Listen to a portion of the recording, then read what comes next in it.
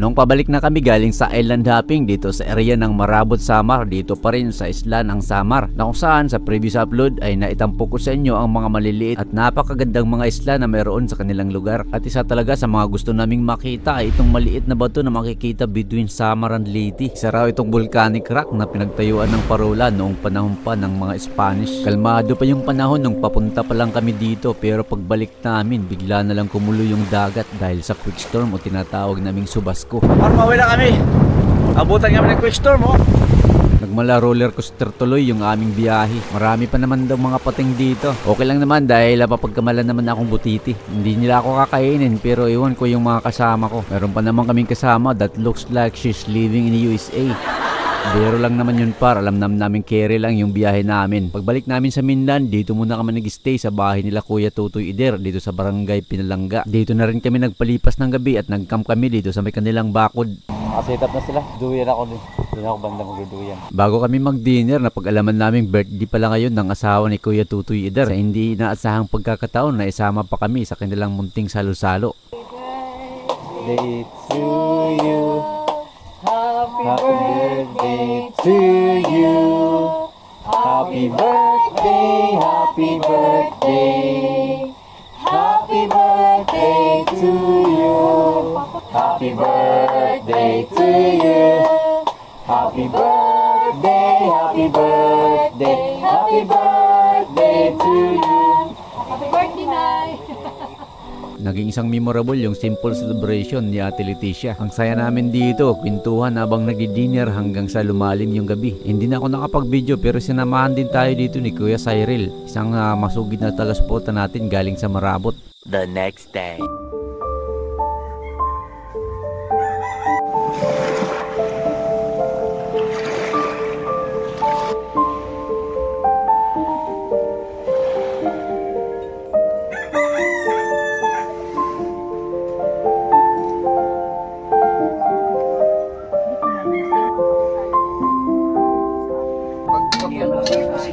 Waray oil.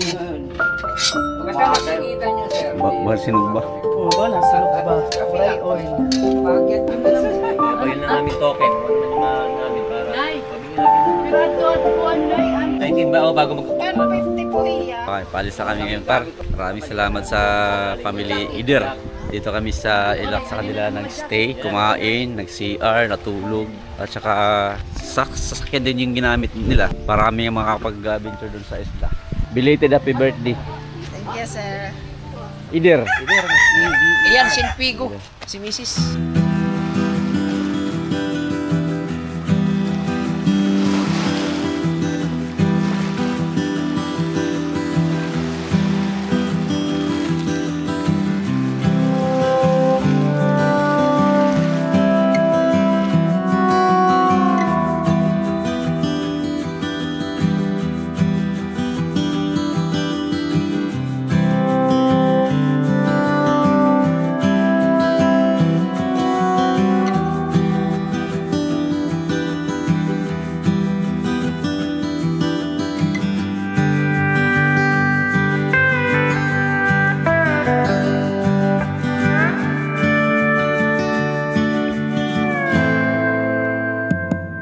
Ito naman ang mga sumunod na mga pangyayari bago kami umuwi. Binisita muna namin ang proper ng Marabot, Samar. Simpleng bayan lang ang Marabot, Samar at napapabilang ito sa 5th class municipality dito sa probinsya ng Western Samar. Nasa coastal din ang lokasyon ng kanilang bayan at pinaninirahan ito ng mahigit 17,000 population. Ito nga pala ang pinakahuling munisipalidad na sakop ng Western Samar na makikita na sa bandang Eastern Samar. At lingid sa inyong kalaman, ito nga pala ang sakop ng Western Samar na kakakitaan ng maraming magagandang beaches at mga resorts. At dahil nasa tabing dagat sila, majority ng hanap buhay dito ay pangingisda.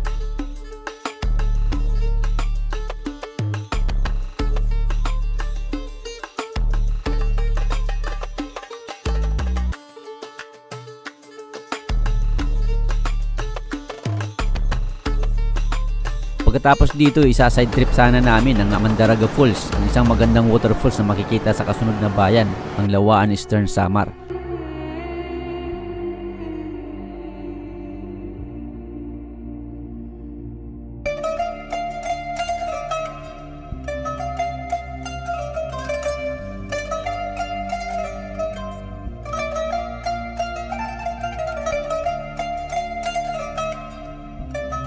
Pero pagdating namin dito sa checkpoint, hindi na kami tumuloy dahil ayon sa aming narinig at nakausap, minsan daw walang tubig dahil may ginagawang structure sa taas. Hindi ko lang alam kung gaano katotoo. Kaya bumalik na lang kami at dito na kami nananghalian sa Kusina di Marabot. Hindi na kami nagtagal dito. After lunch, bumiyahe na kami. Ang akala ko uuwi na. Pero may nakita kami isang access road papunta sa Uplandang Marabot. Sabi ng aming nakausap, maabot daw ito ng 22 kilometers na trail. Kaya na-curious kami. Yung napasubo kami sa kanilang daan. Sa una, concrete pa pero mga ilang minutong lumipas, ito na ang bumungad sa amin. Sa haba ng access road na ito, maabot din kami ng ilang oras na pagmumotor pero hindi pa namin nararating yung pinakadulo. Medyo challenging din ang trail na ito dahil may mga bahaging mapuputik at mahirap imotor. Medyo pagod na kami at minsan na pag-usapan namin bumalik na lang pero hindi pa namin nakikita yung pinakadulo nito kaya nag-continue na kami. Balik na lang.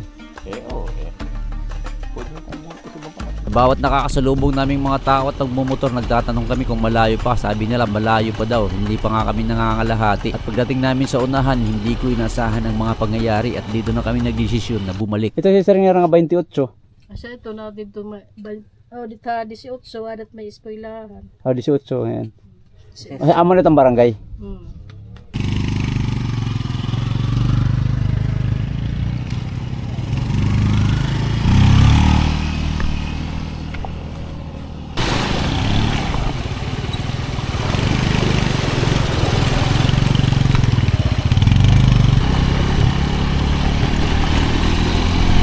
Crossing dito para pero sa kaliwa ka na dito lang na.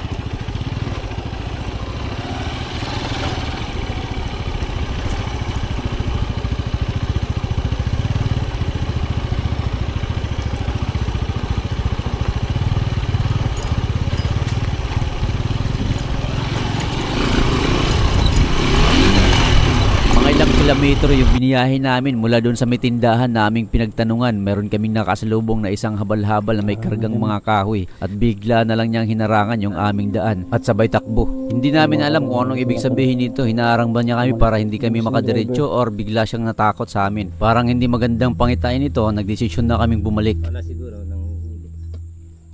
Para siguro hulihin siya.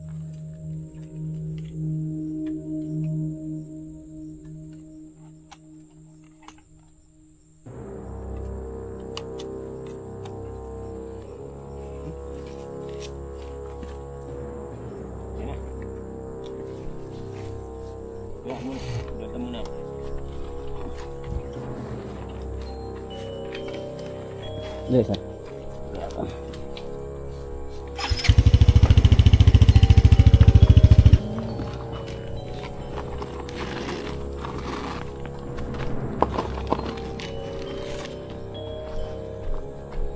Marami na kami. Ano?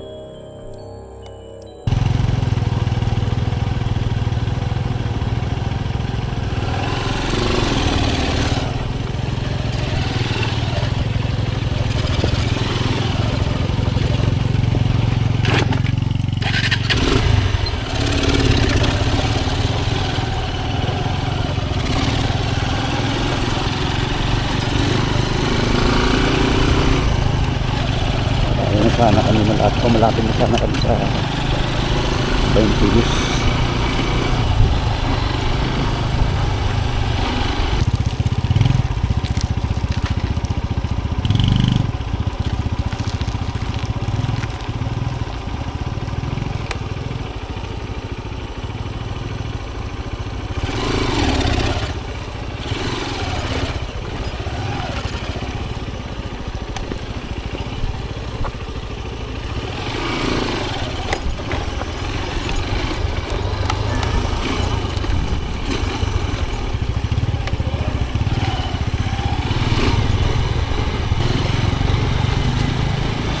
Hapon na par 4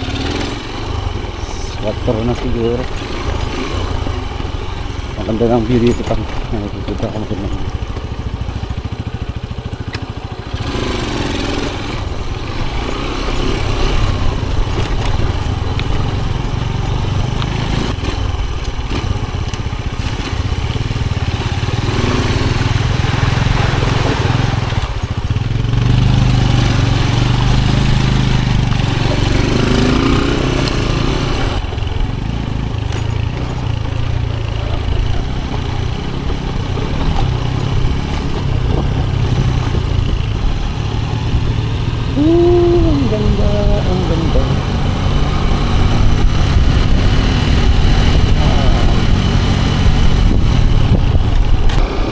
sa gilid, kaya lang masukal.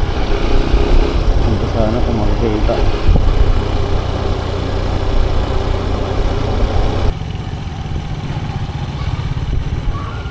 Ay, wina.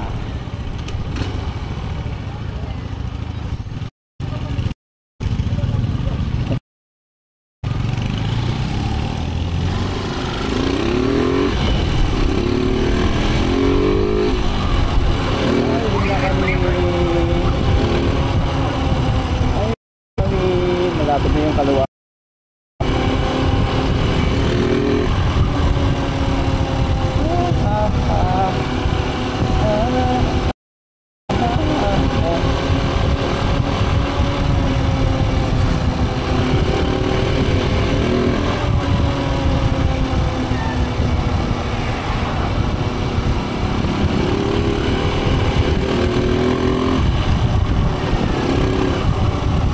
Grabe, may kalsada pa lang ganun dito sa Marabot. Maganda siyang trail, pang ano lang, pang light trail siya, pero mahaba pa, 22 kilometer sa balikan. Nako, napakahaba mo sa Kaluwayan na tayo. Na yung report ng Kaluwayan. May dapat na kaya kami dito, direct na.